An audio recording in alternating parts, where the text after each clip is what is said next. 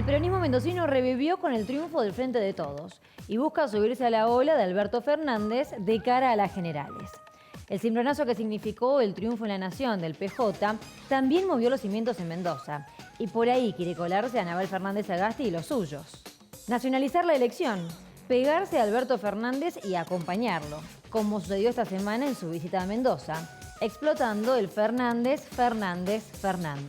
Tras las PASO, el país se convirtió en una verdadera olla a presión, con la espuma del dólar en alza, una variable que siempre calienta los precios. La consecuente suba inflacionaria, condimentada por los especuladores, y el temor social por un trago amargo, de una economía que se prende fuego. Por eso se fue Duhovne y llegó la Cunza, para bajar la intensidad a la hornalla de un país al rojo vivo. Entre la nación y las provincias se tiran la sábana corta. Todos quieren poner plata en la calle, pero nadie quiere destaparse los pies. Macri le quita el IVA a los alimentos y de cara a las generales congela el precio de las naftas. Los gobernadores ponen el grito en el cielo. Y es que al bajar la recaudación se les viene la noche, sin sábana y sin colchón. Entre chicanas y propuestas, los candidatos a gobernadores de Mendoza relanzaron sus campañas. Suárez, Sagasti, Ramón y Barbeito se entrelazaron en el primer debate de la temporada, ensalzando virtudes y ocultando los defectos, ponderando los aciertos personales y exhibiendo las falencias del resto. Cosas buenas y cosas malas, pero valorando el debate de una política que debe seguir creciendo.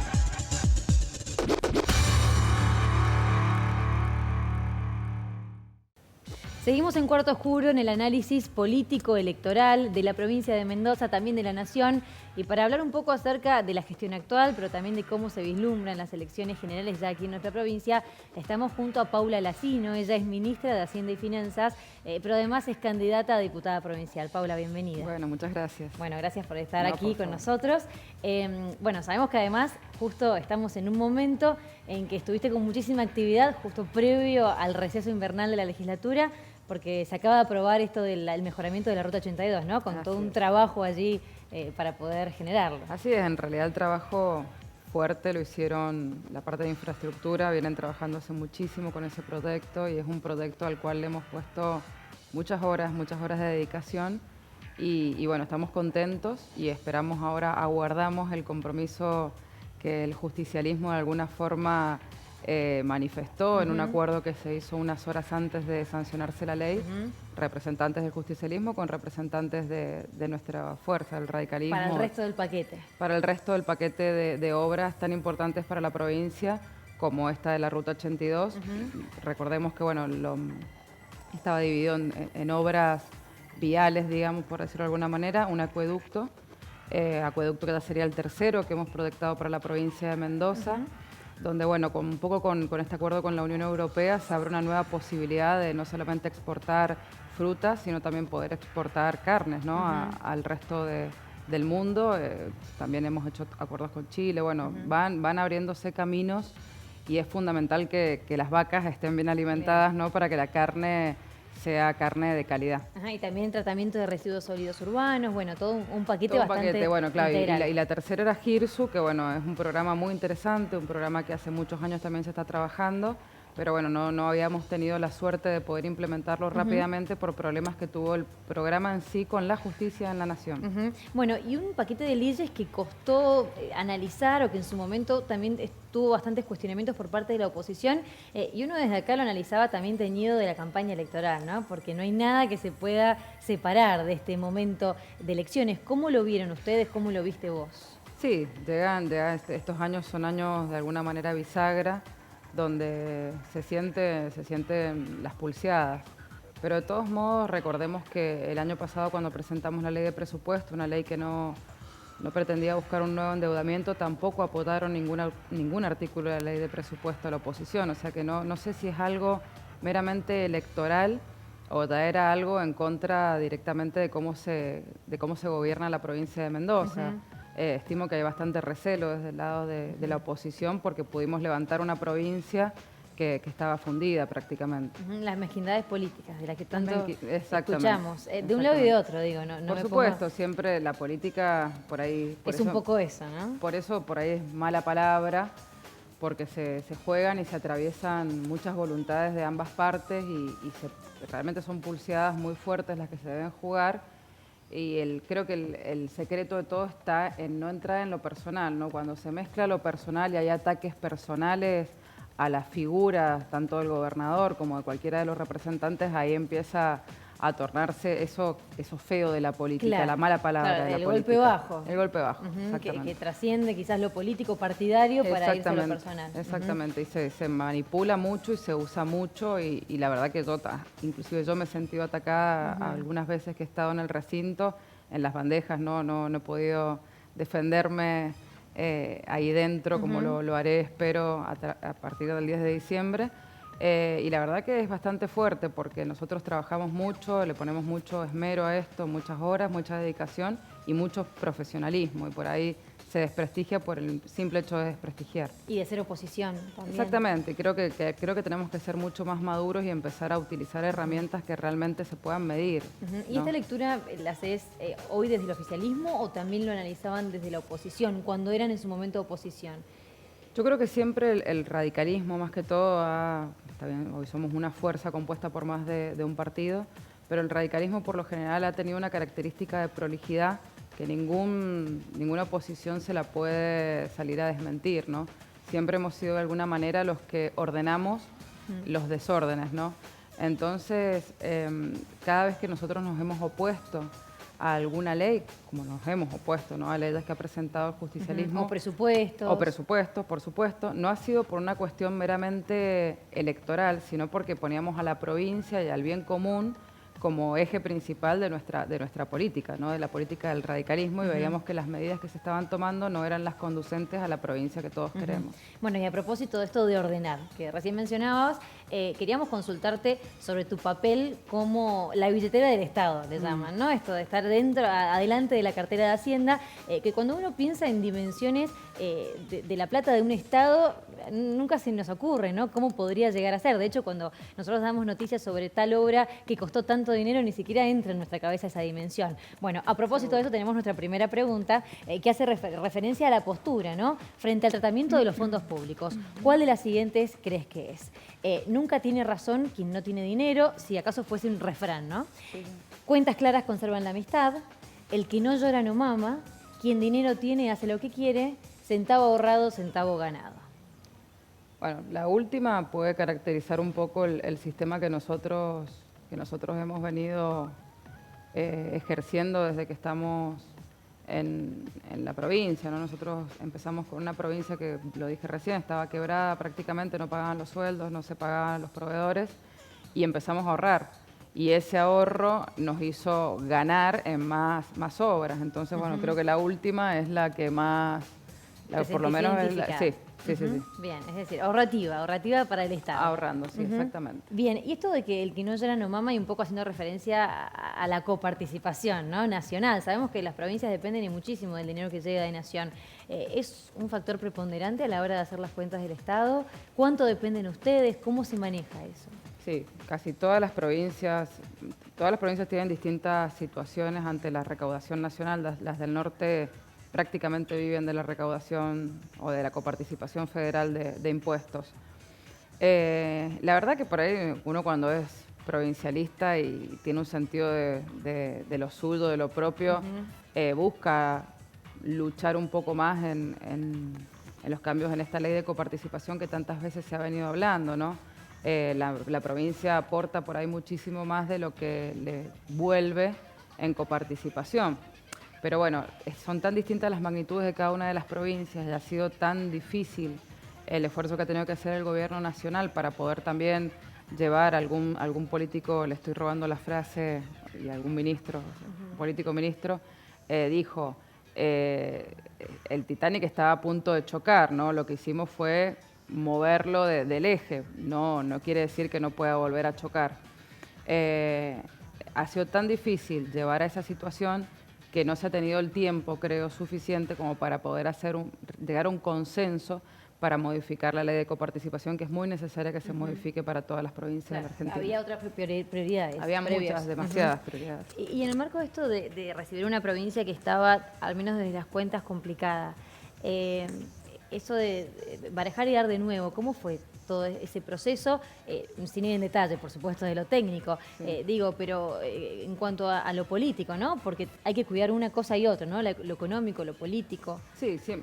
La premisa fundamental era que el Estado, en el solo hecho de prender la luz, gastaba todos sus recursos. O sea, de 10 pesos que ingresaban, se gastaban 11 en gastos corrientes. O sea, faltaba siempre plata. Claro. Entonces, la premisa fundamental fue, bueno, analizar bien cuál era la estructura de funcionamiento del Estado y ver dónde se podía ahorrar, básicamente. Y descubrimos que, bueno, que había un montón de mecanismos que, sin dejar de prestar el servicio, se podían utilizar. La compra por convenio marco, en tanto en medicamentos como en combustibles. Eso ayudó muchísimo a reducir el consumo del Estado, aún teniendo mayores servicios, ¿no? Por ahí es bastante irónico. Entonces uno piensa, ¿qué hacía la oposición cuando gobernaba? ¿Qué hacía con la plata? Porque no lo manifestaba en obras y tampoco lo manifestaba en buenos servicios para toda la población. Bien, bueno, vamos a cambiar ahora de tema y hacemos referencia al papel de la mujer en la política. Algo que también está bastante trillado, ¿no? De esto de lo que se habla tanto de la mujer. Pero es cierto también, Paula, que estás ocupando un lugar que después de 20 años ninguna mujer había ocupado, que esto de que muchas veces las mujeres tienen participación en la política por leyes o por cuestiones oficiales y que después no se terminan por legitimar esos lugares, porque también es una cuestión cultural y social que se termine también en la política de legitimar. Bueno, quizás vos sos el ejemplo de la legitimización, de ese lugar. Bueno, y a propósito de eso te vamos a preguntar si acaso el papel de la mujer en la política para vos es una lucha ganada, un lugar aún por trabajar, un derecho obtenido pero siempre más puesto a prueba que el del varón, o una moda pasajera. Dos, un lugar aún por trabajar y un derecho obtenido pero siempre más puesto a prueba que el del varón. Nosotros creo que se confunden política con cargos en el Ejecutivo, ¿no? Para seguir, nosotros seguimos un lineamiento que viene dado por el gobernador. O sea, la política está definida por otra persona por sobre los ministros, ¿no? La política de Estado. Nosotros lo que hacemos es ejecutar esa política. Por lo tanto, que una mujer ocupe el cargo de una cartera ministerial, como soy yo, como es la ministra Eli Crescitelli, que tiene a su cargo 3 carteras muy importantes: salud, desarrollo social y deporte, como es Gabriela Testa en el EMETUR, son cargos que es más fácil, a lo mejor, acceder siendo mujer a ocuparlos porque son técnicos y que vienen dados por una pauta política marcada en cuanto a la economía o las pautas que quiere determinar un gobernador, ¿no? En cambio, en lo político, meramente electoral, de trabajo de campo, de toma de decisiones por ahí de esa misma política, es más complejo para la mujer, y la mujer se ha tenido que ir ganando lugares por leyes, ¿no? Como fue el cupo femenino, como fue la ley de paridad. No hemos podido de alguna manera hacer que el hombre por sí mismo nos dé ese lugar, ¿no? Tuvimos que lograrlo a través de la sanción de varias leyes, bueno, en este caso 2. Empezando por el voto femenino de hace muchos años atrás, tampoco tantos, pero ha sido difícil para la mujer poder ejercer actos hasta democráticos, ¿no? Por eso yo diferencio mucho el rol cuando es técnico. En el gabinete no hablo de la figura del ministro, sino subsecretarios y directores, hay más mujeres que hombres, pero también porque hay más mujeres que hombres en Mendoza, ¿no? Y son todas mujeres muy, muy capacitadas. El problema para acceder a estos cargos es tiempo, mayoritariamente para la mujer. Es esa la situación más problemática por ahí, porque bueno, la mujer tiene usa muchos roles y roles que le son muy difícil reasignar a la mujer. Claro, que todavía no se terminan de distribuir bien a nivel social, ¿no? Sí, hay algunos que vienen muy marcados. Dar la teta es dar la teta y la da la mamá. Estar embarazada es la mamá, o sea, es la mujer. No se pueden modificar, no se pueden cambiar. El resto de las cosas puede hacerlo un hombre. Y más allá de lo técnico que recién mencionabas, a lo mejor vos podés ser muy buena dentro de la cartera de Hacienda, con los números, y estar por debajo del ministro, ¿no? Perfectamente. Igualmente ese lugar está ganado. Por supuesto. Está contemplado dentro de la cabeza de un gobernador, que quizás hace algunos años eso era imposible o impensado. Sí. Yo, de hecho, siempre lo digo porque considero que el trabajo que ejerzo desde el ministerio por ahí es más fácil que el que ejercía desde la dirección de presupuesto, ya que yo ahí estaba solita tomando decisiones, ¿no? Ahora tengo un montón de Te filtros. asesoran. Ujú, Exactamente. ujú. Y en tu papel como candidata a diputada, y en este mismo sentido que recién mencionabas, que quizás la legitimización es un poquito más difícil en cuanto a lo electoral, ¿cómo te ves? Yo creo que va a ser complicado. No es fácil ingresar en las cámaras y no es fácil ni para hombre ni para mujer. Es un reclamo que yo he escuchado desde hace mucho tiempo. Los legisladores que ya están, los legisladores de turno, tienen una especie de lugar ganado y le cuesta mucho al que viene con ideas nuevas, les cuesta mucho desde el momento que tienen que tener su oficina, ¿no? Es toda una batalla campal de quién tiene tal o cual oficina. Y esto ocurre en el justicialismo o en cualquier fuerza política, no es meramente radical. Y les cuesta mucho atravesar y llegar a poder imponerse como figuras políticas fuertes a la mayoría. Pero para eso, bueno, para eso tenés siempre el recurso del estudio, que es lo que en realidad te va a mostrar qué tan o capacitado estés o no para poder ejercer ese lugar que justamente es muy importante porque es donde se hacen las leyes. El Ejecutivo simplemente las ejecuta. Claro, bueno, pasar de esto de ser ministra a ejecutar, a definir, a un papel como legisladora que siempre los tiempos se dilatan mucho más, que hay que tener mucho más paciencia. ¿Cómo te ves en ese lugar? Digo, ¿tenés proyectos en mente? Sí, hay que hacer más acuerdos y hay que ver un poco más macro la situación y no encerrarse, creo yo, ¿no? En temas, en la mirada única de uno solo, porque son un montón de personas las que luego votan una ley. Creo que al principio va a ser difícil, como para todos, sí tengo proyectos, muchos son proyectos aprendidos de esta experiencia en el Ejecutivo, de leyes que ya existen y hay que modificar, o leyes que no existen y deberían sancionarse para poder establecer parámetros para la fijación justamente de políticas más que todo económicas. Las venimos trabajando, la verdad que hay que dedicar mucho tiempo por ahí a hacer una ley, a escribir una ley, porque es lo que te decía, una ley se supone que debería ser escrita y ser para siempre. Lamentablemente en la Argentina siempre se escribe con la mano y se borra con el codo, ¿no? Pero bueno, no es la idea mía, sino que queremos formular leyes que sean perdurables en el tiempo y que realmente generen algún impacto más que todo en lo económico, que es la parte que a mí más me gusta. En lo económico un impacto fuerte en la provincia. Y el papel de la legislatura también tiene que ver con la fiscalización del Ejecutivo. ¿Crees que eso también va a ser parte de tu trabajo como legisladora y después de haber pasado por el Ejecutivo? Eso por un lado, y por otro lado, ¿cómo lo sentiste como miembro del Ejecutivo? Si acaso la legislatura realmente funcionó como monitorización de actividades ejecutivas. Sí, la legislatura, bueno, por ahí hace varios pedidos de informe. Yo creo que, y lo he dicho siempre y no me voy a cansar de decirlo, y ojalá que no caiga en el mismo lugar yo, le faltó profesionalización a la legislatura. Muchas veces nos piden cosas mal pedidas, ¿no? Y la verdad que nosotros, bueno, somos más en el Ejecutivo y tenemos más asesores y ante la lectura rápida de un pedido de informe nos damos cuenta que ni siquiera saben lo que están pidiendo. Muchas veces la pregunta de ellos surge de una nota periodística, ¿no? Y de ahí la toman para ir a preguntar, pero en realidad el control más específico que se hace sobre el Estado lo tiene que tener el Tribunal de Cuentas y Fiscalía de Estado. Ellos deberían estar mucho más controlando las cuentas de la provincia y la participación de cada uno de los ministerios en las decisiones del Ejecutivo. Bien, bueno, vamos a avanzar con las preguntas. Muy bien. Y vamos a seguir con la tercera en este caso, que va a hacer referencia a la economía nacional. Si acaso pudieses elegir una frase para la economía nacional, ¿cuál de las siguientes sería? La casa está en orden, son frases históricas argentinas. Tenemos el mejor equipo de los últimos 50 años. El que apuesta al dólar pierde. Pusimos metas demasiado optimistas. Tengo que elegir sí o sí. Pusimos metas demasiado optimistas. Yo creo que no se magnificó. De hecho, muchas veces lo dice el gobernador y lo repetimos los ministros porque es una realidad. Si bien hemos avanzado mucho, hay muchísimo por hacer. O sea, el vaso siempre lo vemos medio vacío.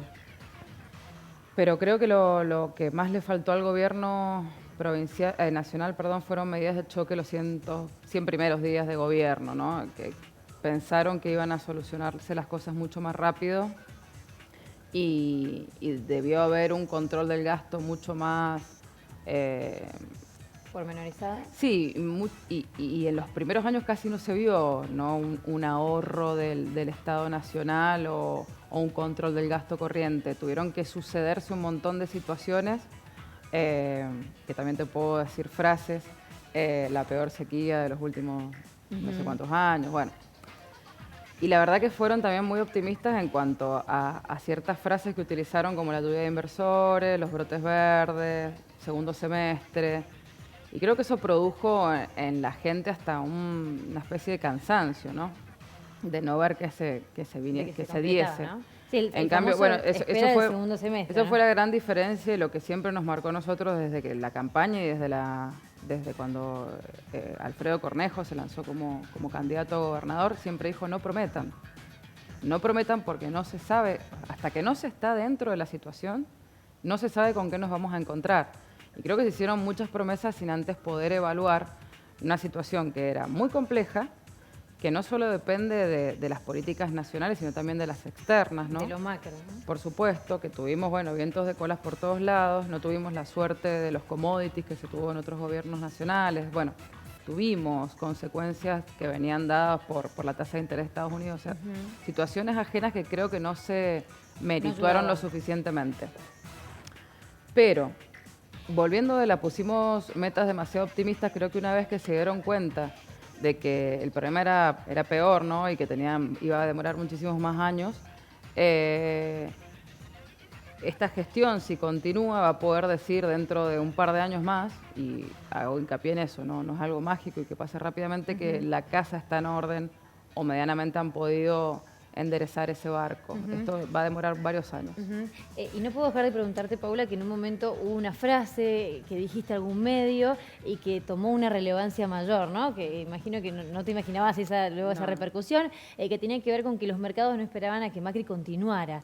¿A qué hacía referencia y específicamente de qué se trató, ¿no? ¿En qué contexto? Yo creo que la respuesta a mi frase, que fue muy, muy cuestionada, la terminó dando la coalición que se hizo con Pichetto.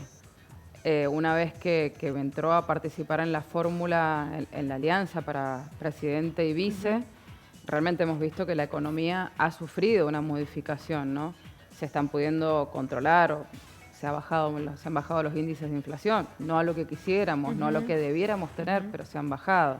Hemos logrado mantener el dólar con una calma financiera. Hemos logrado, acuerdos con la Unión Europea que hacían 20 años que se estaban trabajando y no se lograban. Yo creo que la política hoy o lo que viene para el mundo es de estas coaliciones de gobierno, ¿no? De apertura política. De apertura política, porque la gente ya no se queda con una sola figura, sino que busca un lugar de confort, ¿no? En varias personas. Por eso, yo recién escuchaba que hablaban de María Eugenia Vidal. María Eugenia muestra la fuerza, ¿me entendés?, del liderazgo de la provincia más grande de la Argentina, una provincia llena de narcotráfico, una provincia en donde nadie le puso 2 fichas para que la pudiera gobernar, y así todo es una fuerza muy importante y se puso en juego su nombre para ser inclusive candidata a presidenta de la Nación. Y con muy buena imagen. Con muy buena imagen, muy buena imagen. Entonces digo, la gente ve el cambio. Ahora, no lo veía solamente de Macri, necesitaba otra fuerza. A lo mejor el error no era solamente de Macri, sino que era de su equipo, y al venir Pichetto produjo que no solo que los mercados tuvieran una calma, sino que la gente viera esa calma. ¿Qué pasa? Nosotros estamos con un acuerdo con el Fondo Monetario Internacional. Nosotros a la gente del fondo le preguntamos, ¿y ustedes qué van a hacer si gana Cristina? Ellos te dicen, nosotros vamos a continuar con el acuerdo, pero el temor existe siempre. El temor de los bonistas al default existe siempre. Y varias veces hemos escuchado y sabemos que el populismo no quiere pagar la deuda pública. Entonces, bueno, obvio, se generaba todo un temor y la fuerza de Macri no estaba suficientemente cuadrada, no era lo suficientemente fuerte, y bueno, se tuvo que hacer una coalición, que de hecho fue muy pedida por el gobernador Cornejo como presidente del radicalismo. Y bueno, yo creo que va a tener un muy buen resultado electoral esta fórmula. Muy bien. Bueno, Paula Lacino, muchísimas gracias. No, por favor, cuando quiera. Pasaba Paula Lacino, ministra de Hacienda, por Cuarto Oscuro para analizar, como siempre, el panorama electoral.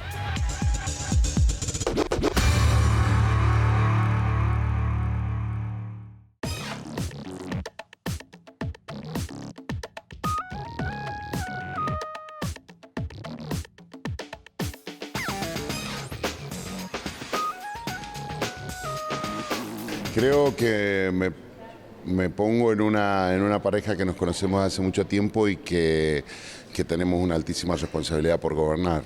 Así que pensamos en todos los demás, no en nosotros mismos.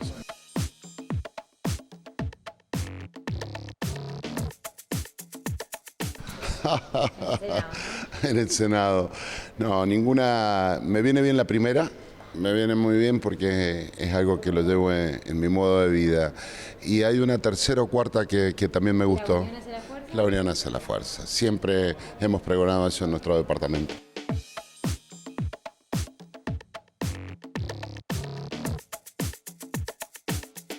¿Qué atributos? Creo que tiene todos los atributos, porque justamente está la combinación de todas las fuerzas políticas, así que tiene todos los atributos. Bueno, de una persona, los buenos atributos que podría... Todos los que veo y que me maravillo cuando veo a una persona maravillosa.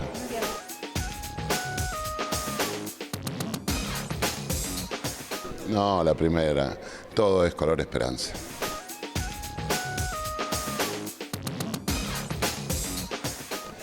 Creo que tenemos ese mismo atributo que te dije sobre la canción. Nosotros creo que brindamos esperanzas y trabajo. Hemos tenido la altísima responsabilidad de poder gobernar 4 años y hoy necesitamos brindarle esta esperanza que necesita nuestro pueblo. ¿Una carencia que creas que se pueda resolver? Luchamos siempre contra nuestra soberbia.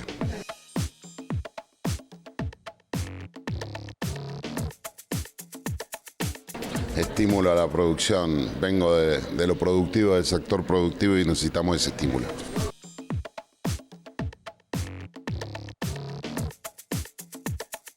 Estoy en la adultez y cerca de la vejez.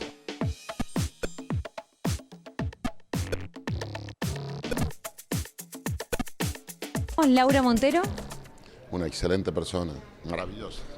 Mendoza, Una de las provincias más bonitas del país. política argentina, Sigo eligiendo la Argentina como política. Mauricio Macri, Un gran timonel de tormenta. Cristina Fernández de Kirchner, Mi antigua presidenta de la República.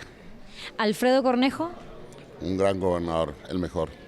Rodi Suárez, Creo que va a ser el próximo gobernador de la provincia y que le toca el momento de crecer. Creo que va a forjar el crecimiento de la provincia. vitivinicultura, La madre de esta tierra.